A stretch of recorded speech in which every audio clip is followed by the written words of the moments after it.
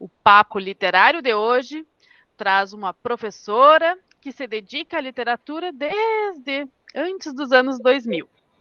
Hoje nós vamos conversar com a Sheila Correia, que está com um lançamento de livro previsto para agora, dia 19 de setembro. Ela vai lançar o livro Amor pelo Rio Grande, baseado numa pesquisa bibliográfica.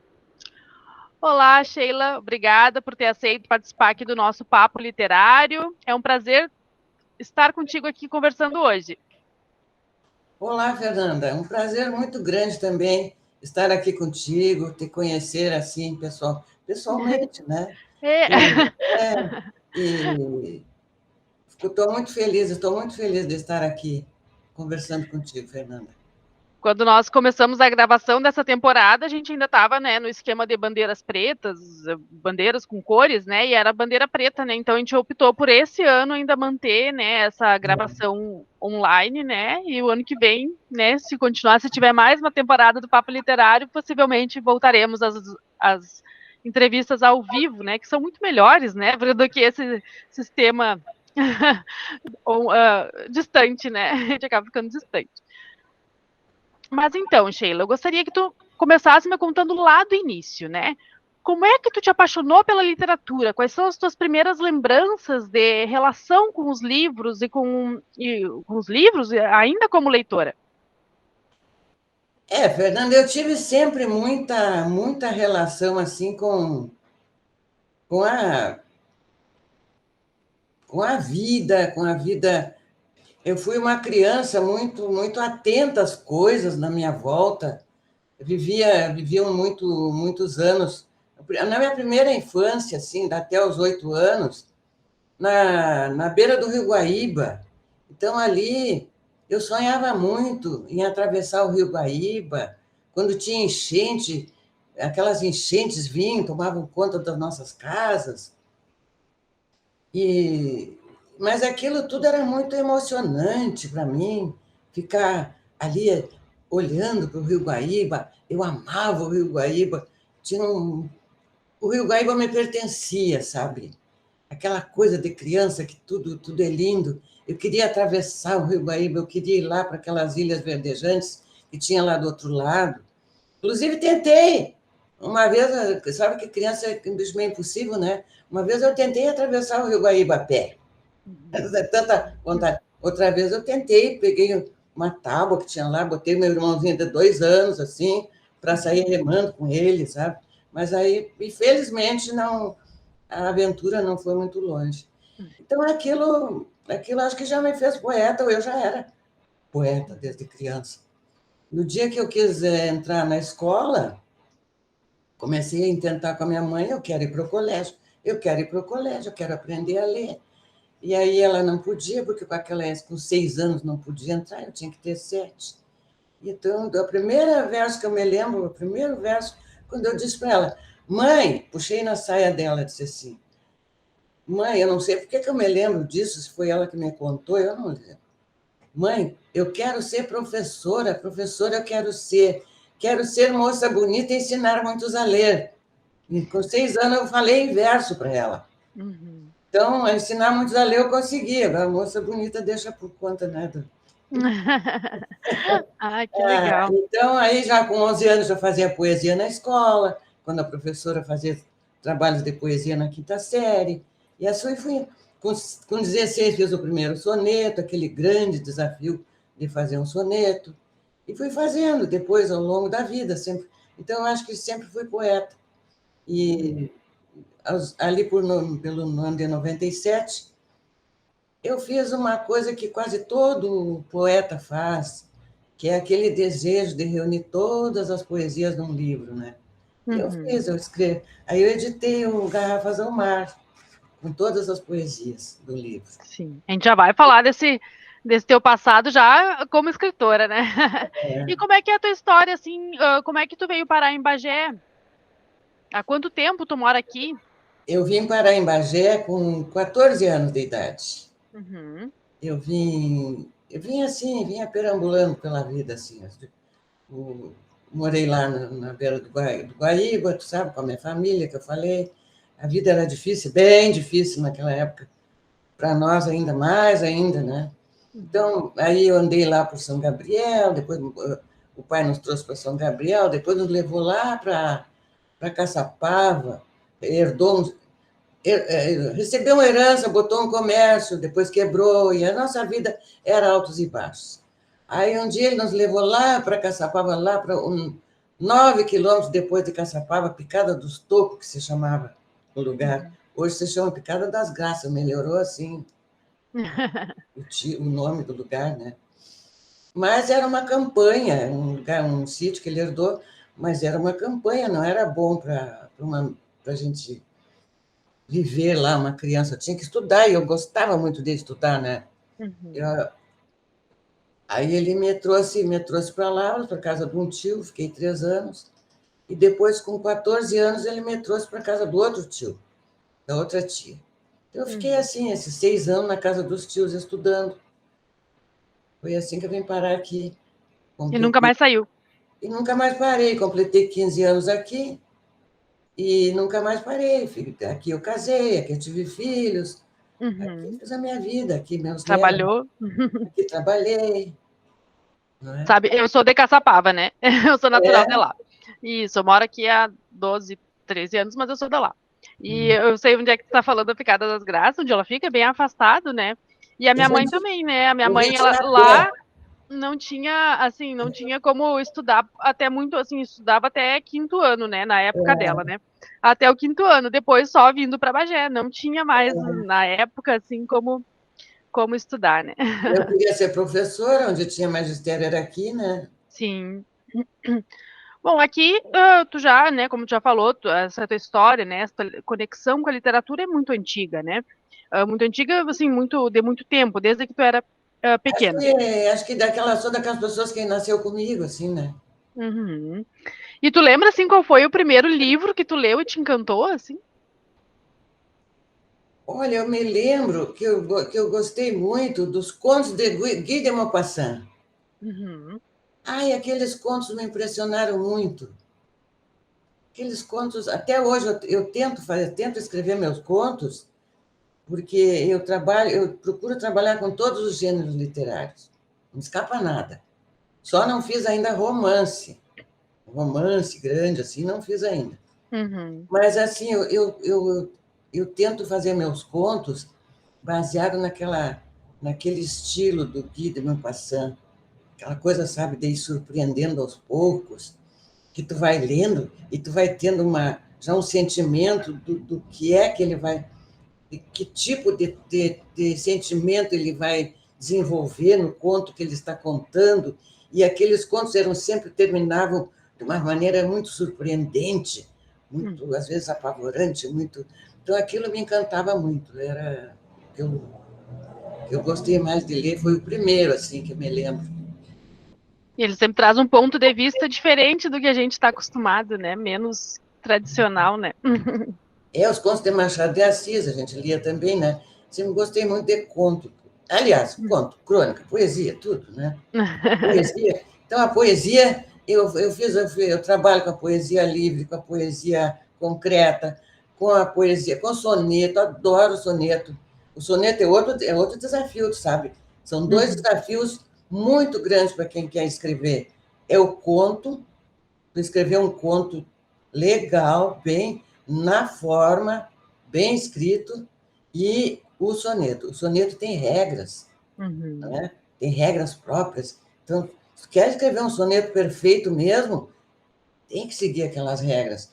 E tem que ler Ernesto Vaine. Ah, sim. Quem lê o soneto de Ernesto Vaine, né? Uhum.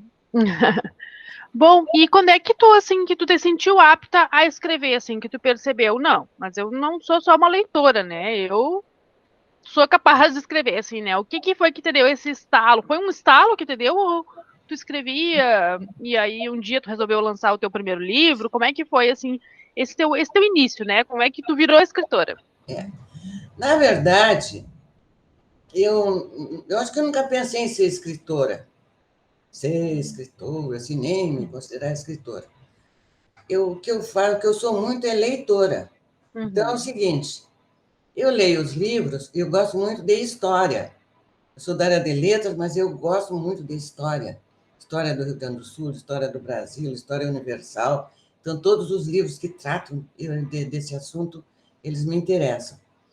Então, eu leio um livro, eu leio 3, 4, 5 vezes o mesmo livro. E gosto de fazer um trabalho que eu vou guardando no meu computador, de tirar, de separar de separar aquele livro todo em novos subtítulos,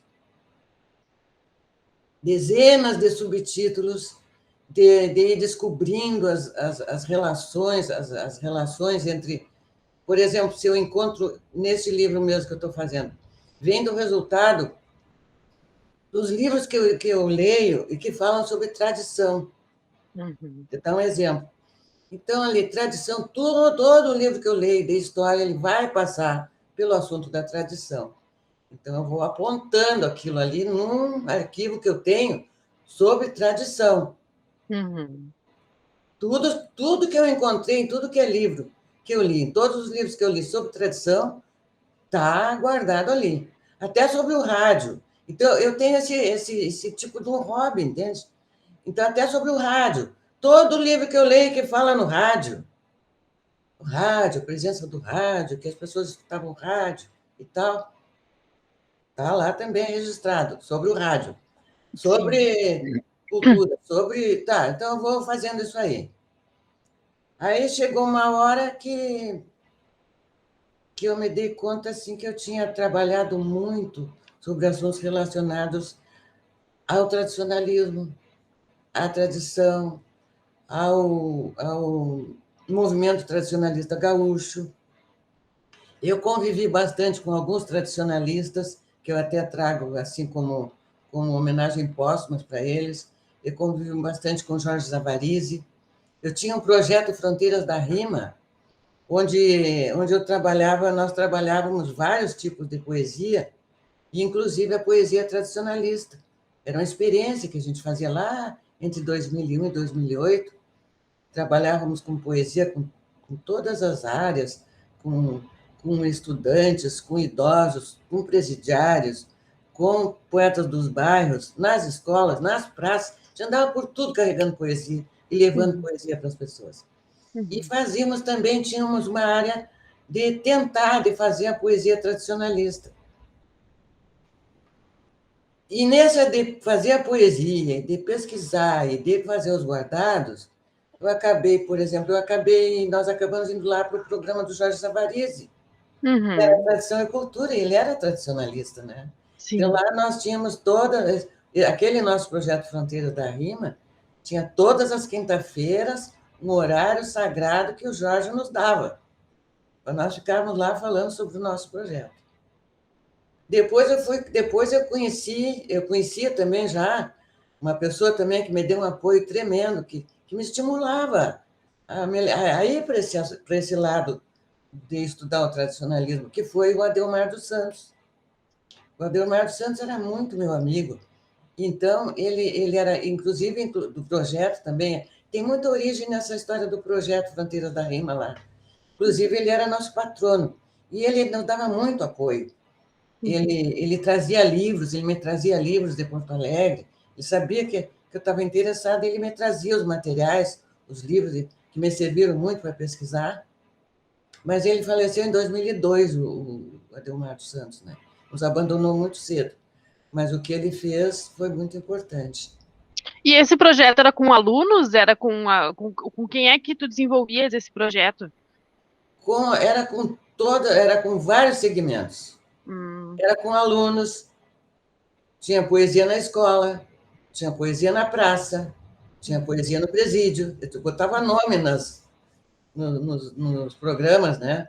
Tinha Uhum. poesia então, a poesia na escola em todos os níveis, desde os pequenininhos do SESC, alguns que foram na biblioteca, na Casa de Cultura, a gente trabalhava com eles, com os alunos de primeiro grau, de segundo grau, com todos. Nós íamos no presídio, nós tínhamos um projeto lá no presídio, então, era com vários... E reunia poetas dos bairros, donas de casa. A gente tinha aquele orgulho, aquele desejo, né, de trazer as pessoas para... Eu convidava assim, ó, Quem tiver poesia guardada na gaveta, venha para nós, venha, traga para nós, venha cá, vamos ler a tua poesia, não deixa guardada, não deixa escondida. E as pessoas iam chegando, porque tem muita gente assim que escreve suas poesias, e tinha poesias muito boas, que escreve, mas não se anima a mostrar para ninguém. Que vergonha, né? Aí, Sim. e fica ali. Então, quando elas me ouviam no rádio, falando, fazendo, traga as poesias de vocês, aí elas se animavam, né? Se animavam, iam chegando, não. E a literatura é um assunto que encanta todos, né? Não importa a idade, não importa, né, o grupo social do qual participa, né? A literatura encanta todo mundo, né? Nós tínhamos um rapaz muito animado, ele muito ativo, que era o Sérgio da Silva Teixeira, que inclusive ele se tornou escritor, já escreveu vários livros. Ele se movimentou lá e conseguiu lá. Quando nós vimos, nós estávamos fazendo a primeira antologia. Nossa. Estávamos fazendo uma antologia, a Festa do Verso. Sim. Olha, nós fomos muito felizes com essa antologia. Daí, há 5 anos, eu estava fazendo outra. Quer dizer, eu recebi a pressão, né? Faz outra antologia. Daí, assim, em 2005, nós estávamos fazendo Janela Aberta. Nós estávamos fazendo a outra antologia, Janela Aberta. Bom, agora já que tu falou no livro novo, né? Já vamos entrar nesse assunto, né? Que ele que é a grande novidade aqui deste papo literário, né? Então, O Amor pelo Rio Grande vai ser lançado no dia 19 de setembro, na Casa de Cultura, e advém de uma pesquisa bibliográfica, né? E o teu conhecimento também sobre as tradições gaúchas, né? Quando que ele começou a ser elaborado? Quando é que tu começou a unir, né, esse material sobre tradição e tudo mais, como tu comentou aqui, assim, quanto tempo ele levou para ser produzido, assim? Olha, eu vou te dizer, levou mais de 20 anos. No que virou 2001, é que eu comecei a reunir os materiais, a reunir sobre tradição, sobre a história do movimento tradicionalista gaúcho, sobre os livros que eu recebia lá do Adelmar dos Santos. Depois eu conheci mais diretamente o doutor Átila Siqueira, que também me convidava para eu ir lá no apartamento dele, lá no escritório dele, e também conversava muito comigo, me emprestava os livros dele.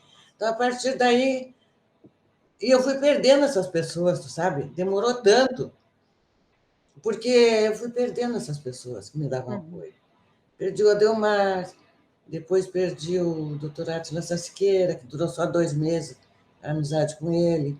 Depois o Jorge Zavariz já tinha me afastado, já tinha fechado o programa, né? Já tinha o meu projeto também, né? Então, essas pessoas que me davam apoio, quando elas se afastaram, se foram, né? Eu larguei. Aí tu não perde um pouco o estímulo, né? Claro. Mas aí esse ano, como a Carol, aquela moça lá da Lebe, a Carol, ela descobriu o meu livro, esse aqui, a trilogia feminina essa, que estava escondido lá nas prateleiras da Lebe, e ela me chamou para participar da Semana da Mulher. Foi esse livro que falava muito sobre a mulher, né? E com aquilo, assim, eu me reanimei assim, eu vou terminar agora aquele que eu comecei em 2002, né? 2001, por aí. E foi aí que eu trabalhei de março até agora para lançar esse livro aí, que tinha começado há 20 anos. Eu sempre, tanto te digo que eu não tinha nenhum interesse em ser escritora, um desejo, assim, eu escrevo mil coisas, mas nunca pensei em ser uma escritora, nem acho que sou ainda, não sou. Talvez um dia eu seja. Que eu sempre preciso de um estímulo, né? Eu perco o estímulo, a escritora já vai abaixo. E o Amor pelo Rio Grande, né? Tá, ele tem assim um foco específico em alguma tradição especial, em algum acontecimento específico, ou assim, como é que é a construção dele, né? A construção do meu amor pelo Rio Grande ele tem basicamente 2 alinhamentos. O primeiro, não vou dizer o primeiro, são dois, eles vão parelho. É o meu amor pelo Rio Grande, por esse estado lindo, maravilhoso que a gente vive, por esse estado diferenciado, que tem encantos, não é? Nós temos, nós gaúchos, nós temos, é um estado pátria, é um estado pátria dentro da pátria, com suas diferenças, é um estado aqui mais assim, mais espanholado, mais mourisco, né? Então ele tem muitos encantos. E também é o lugar onde nós construímos as nossas famílias, os gaúchos, é o lugar dos gaúchos, assim como cada estado é o lugar lá do seu povo, né? O estado é onde nós construímos as nossas famílias, é onde nós trabalhamos, é aqui que nós achamos que pertencemos, nos sentimos que pertencemos, é daqui que nós sentimos saudade quando vamos para outros lugares. De onde que nós vamos sentir saudade? Do nosso Rio Grande do Sul.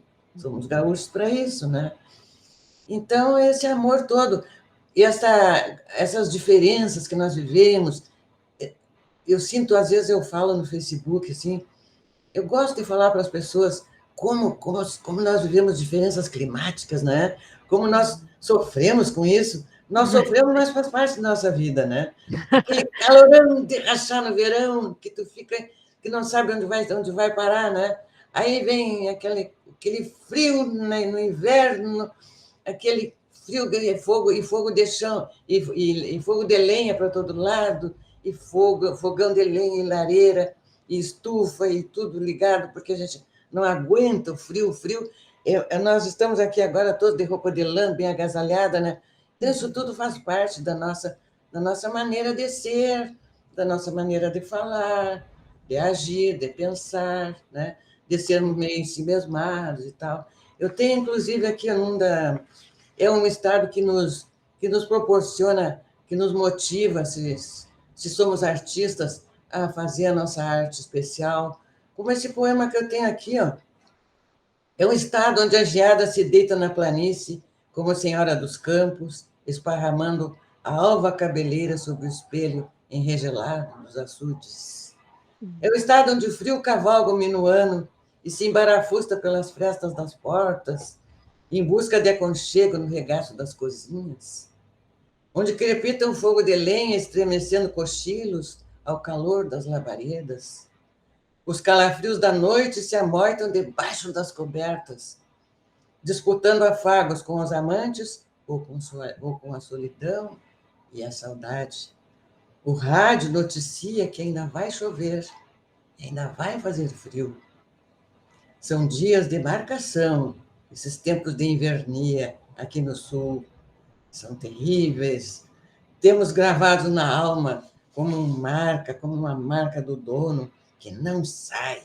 Esse é o nosso inverno, esse é o nosso Rio Grande do Sul. Então, esse amor pelo Rio Grande que eu declaro. E também o mate. Vivemos. Olha aí, tu está tomando mate aí, ó. Eu fiz um mate especial, sabia que a temática principal do Olha livro o era mate. nossas tradições, já Vemos fiz o meu aqui mate. agarrado no nosso chimarrãozinho, no nosso chimarrão maravilhoso, né? Então, como não amar esse estado? Como não amar ser daqui?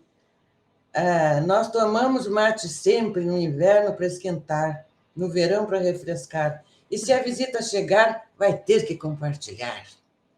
Sem mate não tem conversa, sem mate o assunto não anda. E até a fofoca desanda se não tiver chimarrão. Eu vou só resumir um pouco, porque é grande. Bem longo.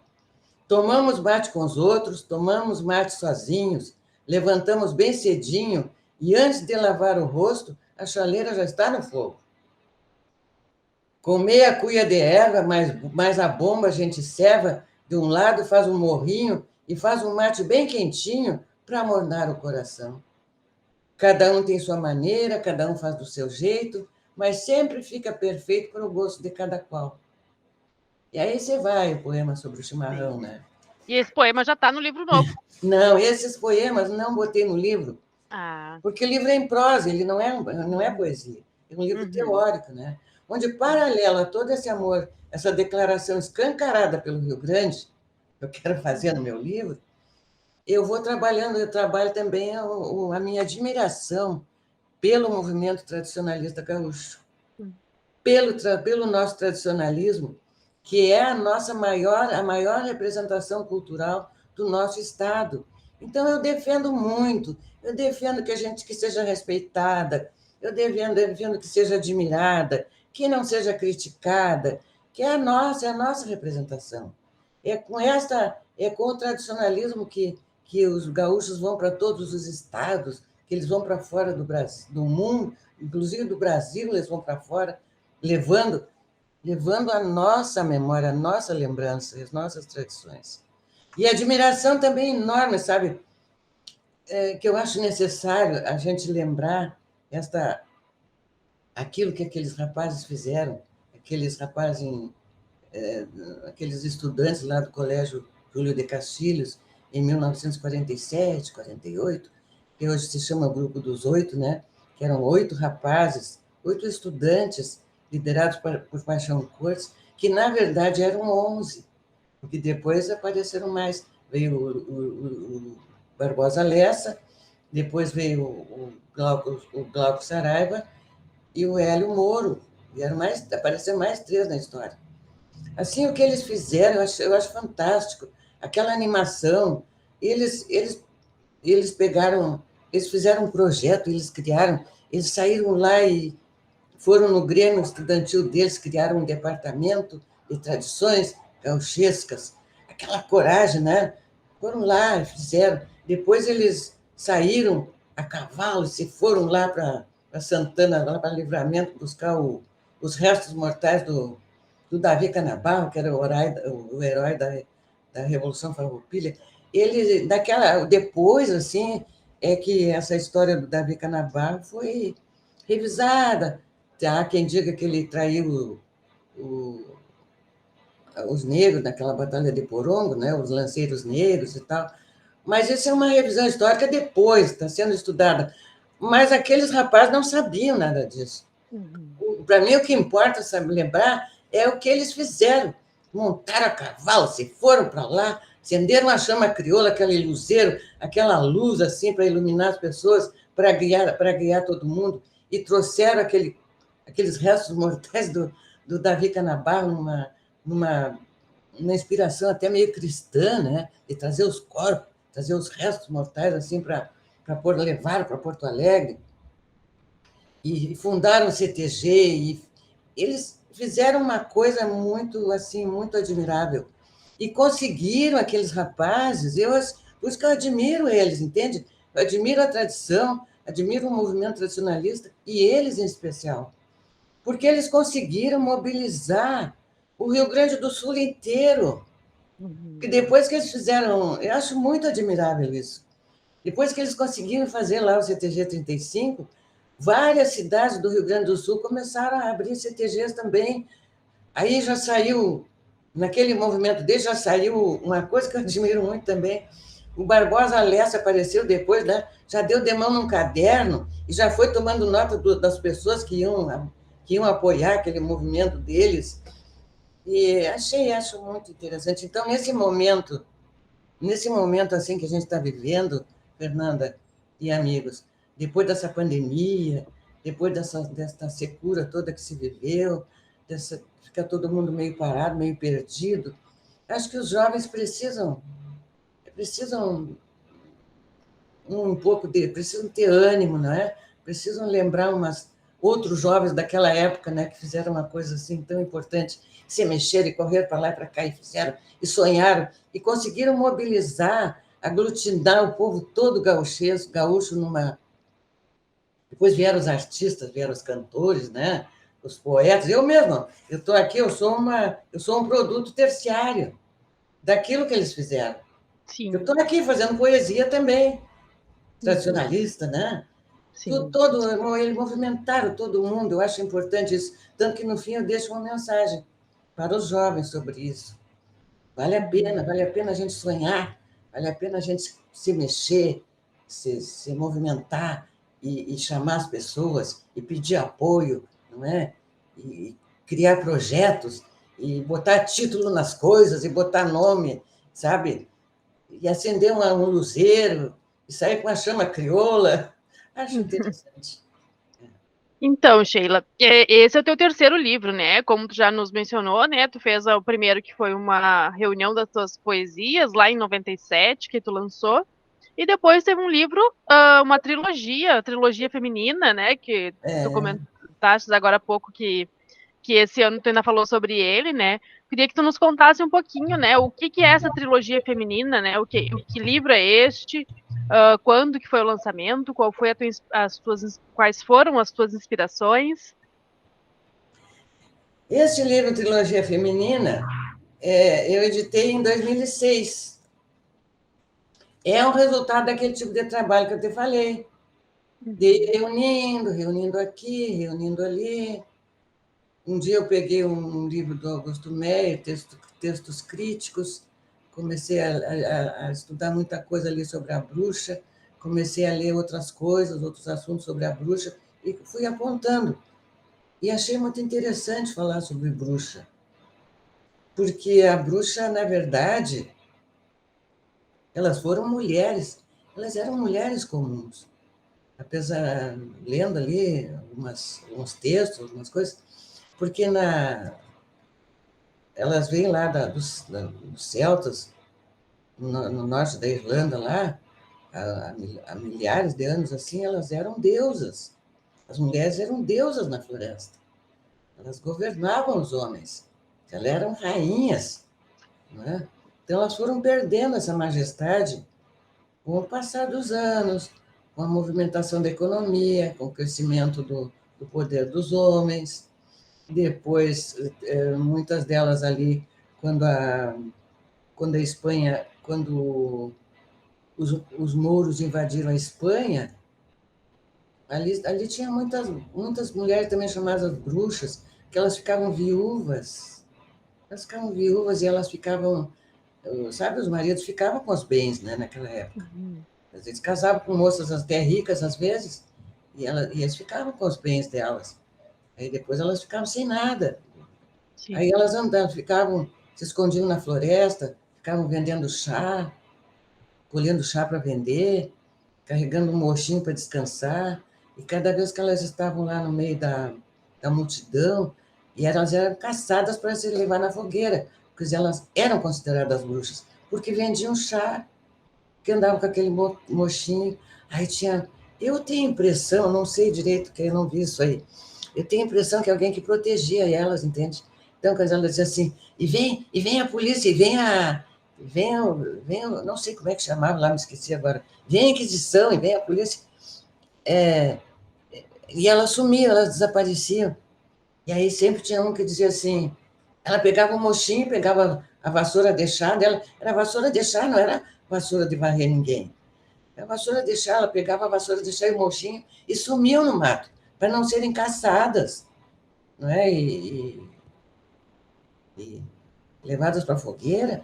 Uhum. Eu acho que alguém defendia elas, dizia assim, ela saiu voando numa vassoura. Eu acho que daí que saiu a história do voar numa vassoura. Então, eu resolvi contar a história da bruxa. Quando chegaram aqui no.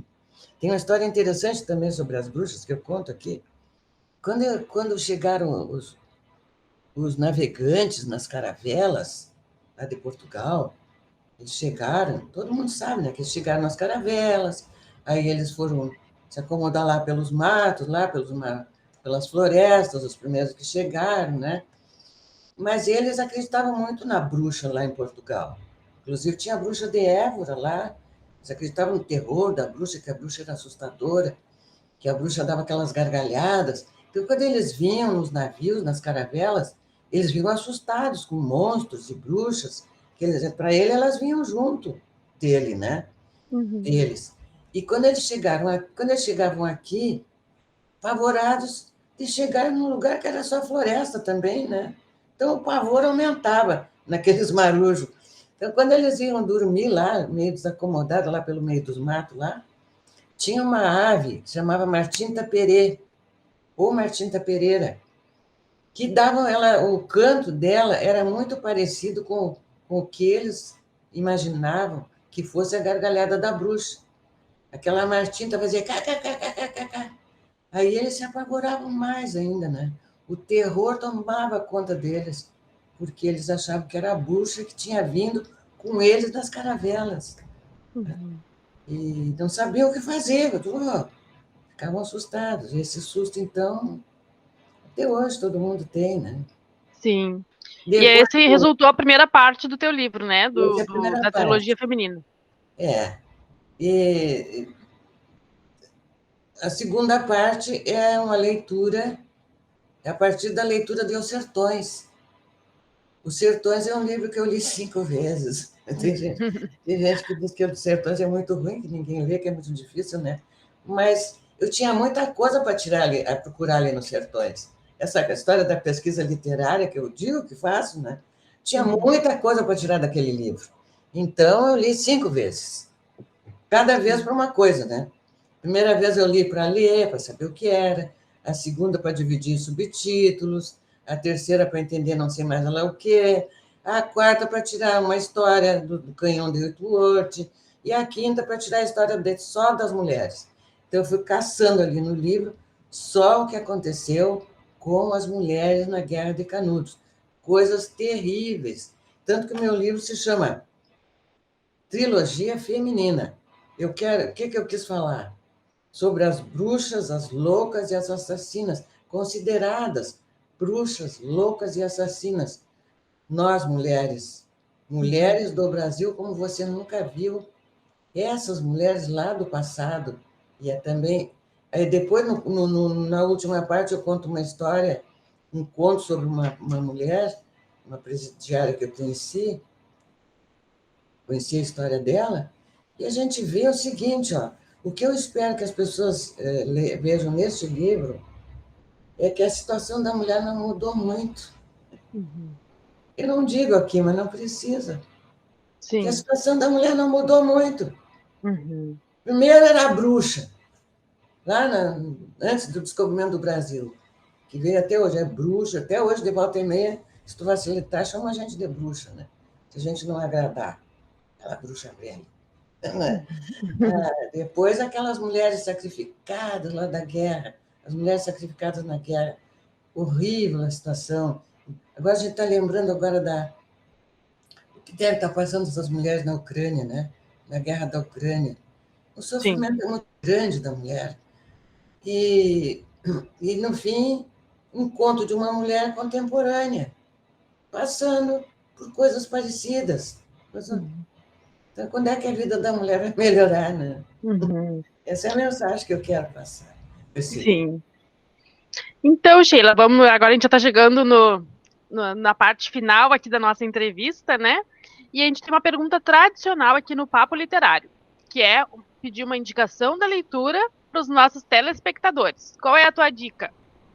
Olha, a minha dica é claro que é amor pelo é claro que é amor pelo Rio Grande, né?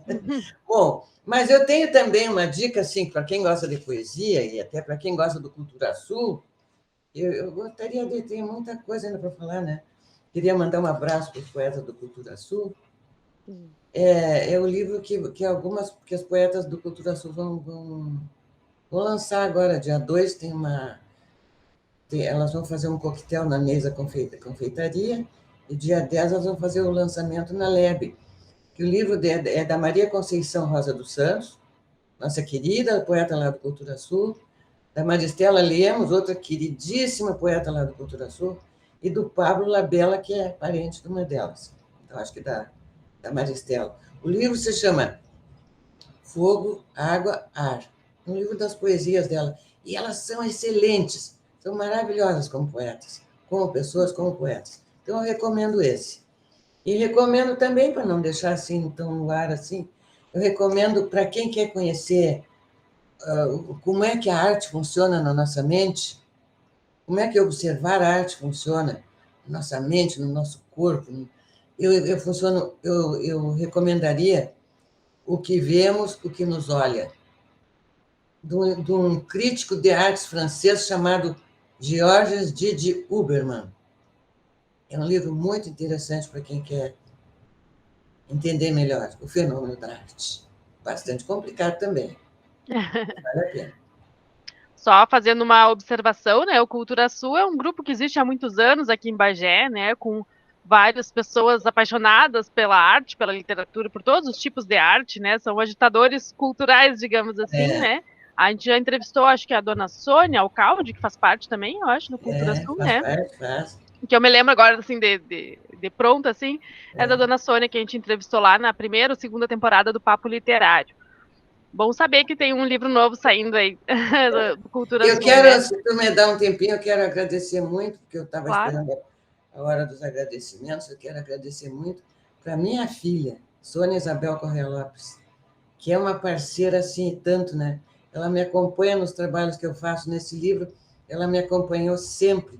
Ela vai lá, ela se estimula, ela pesquisa junto comigo, ela corrige, ela me dá ideia. Então, eu quero muito agradecer a essa filha maravilhosa. E o outro filho também, o Rui André, que embora não atue nessa área literária, é um grande parceiro também. E a Maria Isabel Correia, Teixeira Correia, que eu homenageei todos eles como homenageados no meu livro, né? Sim. Amor pelo Rio Grande. E um agradecimento ao povo do Cultura Sul, ao pessoal do Cultura Sul, também, com quem eu sempre aprendi muito. Aprendi muito a fazer poesia com Cultura Sul. Eu já entrei lá poeta, já entrei assim, poetinha, né? Fazendo com aquele meu livrinho editado lá, quase já editado lá das poesias. Mas depois que cheguei ali, aprendi muito. Nossa, a gente aprende muito. Porque são poetas de primeira linha, né? São maravilhosos. Tá bem. Então, muito obrigada, Sheila, por ter aceitado o nosso convite de participar aqui do Papo Literário, da gente ter batido esse papo hoje, né? Então, né, só para lembrar, assim, o livro Amor pelo Rio Grande, que vai ser lançado no dia 19 de setembro na Casa de Cultura, a partir das 17h30, né? É isso? 5h30 da tarde. É. Muito obrigada, então, Sheila. Boa sorte nesse lançamento Obrigada. desse novo filho, Na né? Porque verdade, cada livro é um filho, né? sabe o que eu costumo dizer, Fernanda, que não é um lançamento, é uma comemoração. Eu vou comemorar o livro. É um bom jeito, uma boa definição. Eu, os amigos, os parentes, todo mundo, nós vamos comemorar. Assim, tira aquela coisa de que tem que chegar e comprar. Não precisa. Vai lá comemorar comigo. Até porque eu estou de aniversário em setembro, né? Então, eu vou comemorar o meu aniversário e o fato de conseguir ter feito esse livro. Tudo é motivo de alegria. Não precisa ninguém levar presente, não precisa se preocupar em comprar livro. Eu quero todo mundo lá. Está convidada também, Fernanda. Ah, muito obrigada. Eu quero todo mundo lá festejando, inclusive vão os amigos tocar guitarra, vão outros tocar violão, vão cantar, tudo por conta deles, porque eles querem festejar junto comigo. Então, é isso. É isso. É a vida que segue, né, Fernanda? Eu já estou escrevendo outro, já estou tentando escrever outro. Ah, coisa boa. Tem novidade aí, então, daqui a um tempo. Agora gostei, vai devagarinho. Agora gostei. Sim. Então, muito obrigada, então, Sheila. Obrigada, Fernanda. E o Papo Literário encerra aqui. Nós voltamos no próximo domingo, a partir das 7 horas da noite. Tenha uma boa leitura.